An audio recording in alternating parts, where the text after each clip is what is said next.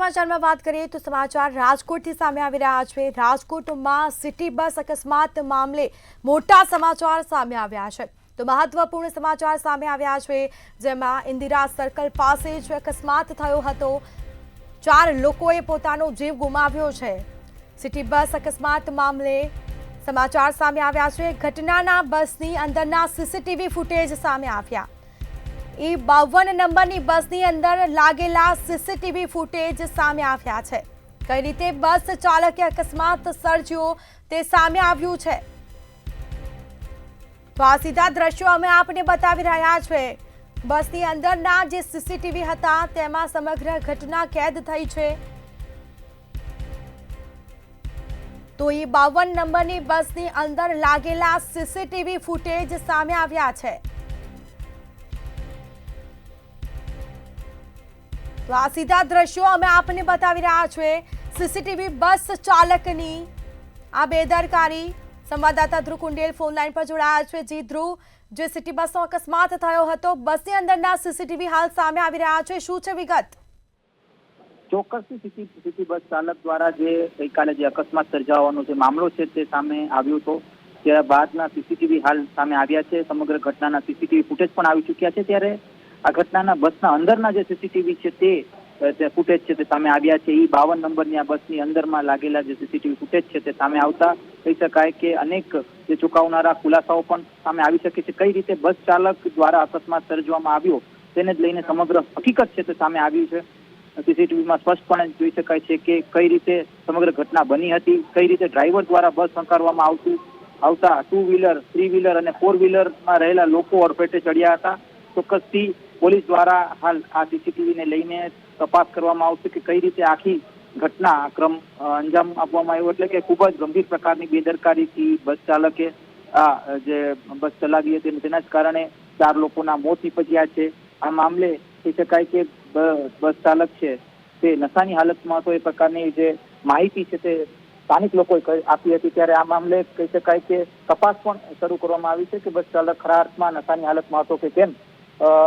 હવે નવા સીસીટીવી પણ સામે આવ્યા છે। બસના અંદરના જે સીસીટીવી છે ખૂબ જ ગંભીર સીસીટીવી કહી શકાય કે અંદરથી જે દ્રશ્યો છે તે સ્પષ્ટપણે દેખાઈ આવે છે કે આ જે બસ ડ્રાઈવર છે તેને કઈ રીતે બસ ચલાવતો હતો અને તેના કારણે 4 જેટલા જે નિર્દોષ લોકો છે તેમના મોત નીપજ્યા છે અને 3 થી 4 લોકો ઈજાગ્રસ્ત થયા હતા। એટલે કે ખૂબ જ ગંભીર પ્રકારની જે બેદરકારી છે તે બસ ડ્રાઈવર દ્વારા કરવામાં આવી છે। અને આ સાથે ક્યાંક ને ક્યાંક લોક માંગણી એ પણ છે કે જે એજન્સી છે કે આ જે બસ ચાલકનું જે એજન્સી છે આ એજન્સીને પણ ટર્મિનેટ કરવામાં આવે, જેથી કરીને એક સારો સબક બને અને આગામી દિવસોમાં આવી કોઈ પણ પ્રકારની ગંભીર બેદરકારી સામે ન આવે। જી ધ્રુવ, તંત્ર દ્વારા એજન્સીને ન જેવો દંડ ફટકારવામાં આવ્યો છે, 2000 ની આસપાસ કંઈક દંડ આપવામાં આવ્યો છે, તેનું કારણ શું?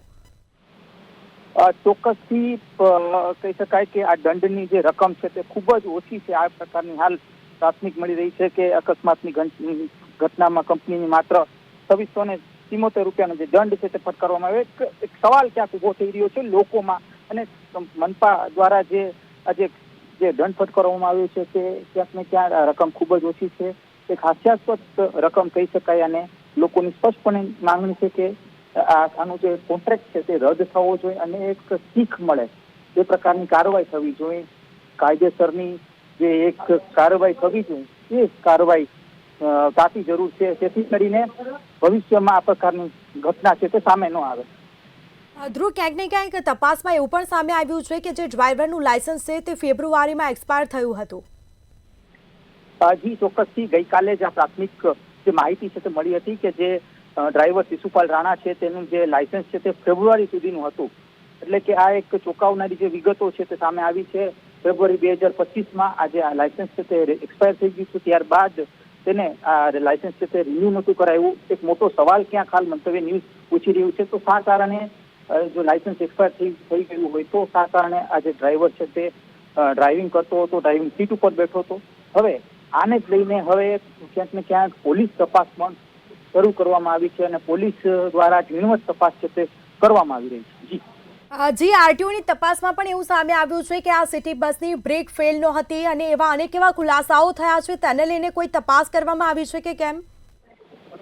ચોક્કસથી સ્પષ્ટપણે જે આરટીઓ દ્વારા જે નિવેદન આપવામાં આવ્યું કે બ્રેક કોઈ પણ પ્રકારની ફેલ નહોતી થઈ અને તેના જ કારણે કહી શકાય કે શંકા ઉપજી રહી છે કે કઈ રીતે આ જે અકસ્માત ની જે ઘટના છે તે સર્જાણી. એટલે લોકોનું એવું કહેવું હતું કે આ જે ડ્રાઈવર છે તે નશાની હાલતમાં હતો અને નશાની હાલતના હોવાના કારણે તેને આ પ્રકારનો જે અકસ્માત છે તે સર્જ્યો.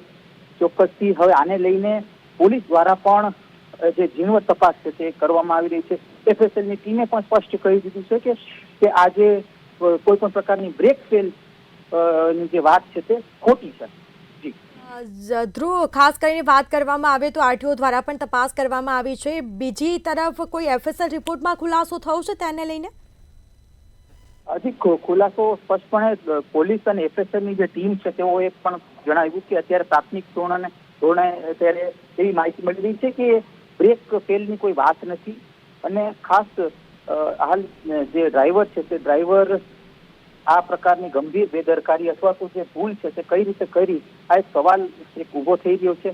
અને બીજી બાજુ ક્યાંક ને ક્યાંક જે જવાબદાર એજન્સી છે તે એજન્સીએ આ ડ્રાઈવરની નિમણૂક શું કામ કરી આ એક પણ સવાલ છે. અને આવા કેટલા ડ્રાઈવરો છે કે જે નશાની હાલતમાં ડ્રાઇવિંગ કરે છે આ પણ એક સવાલ ક્યાંક થઈ રહ્યો છે. અને આવા જે ડ્રાઈવરોને નિમણૂક કરવાનો હેતુ શું છે એ પણ એક તપાસનો વિષય છે. પોલીસ અત્યારે ચારેય દિશાથી ક્યાંક ને ક્યાંક ઝીણવટ તપાસ કરી રહી છે. ક્યાંક ને ક્યાંક એક બાજુ પોલિટિકલ કનેક્શન પણ છે આ પ્રકારની એક માહિતી મળી રહી છે. કારણ કે એજન્સીના જે માલિક છે તે પોલિટિકલ કનેક્શન ધરાવે છે આ પ્રકારની વિગતો ક્યાંક મળી રહી છે.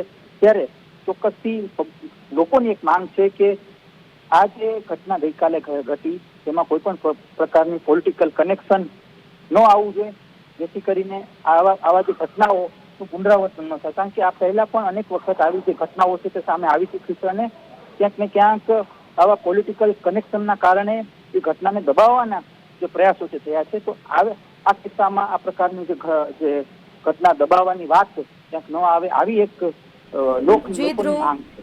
જી બિલકુલ, આભાર આપનો.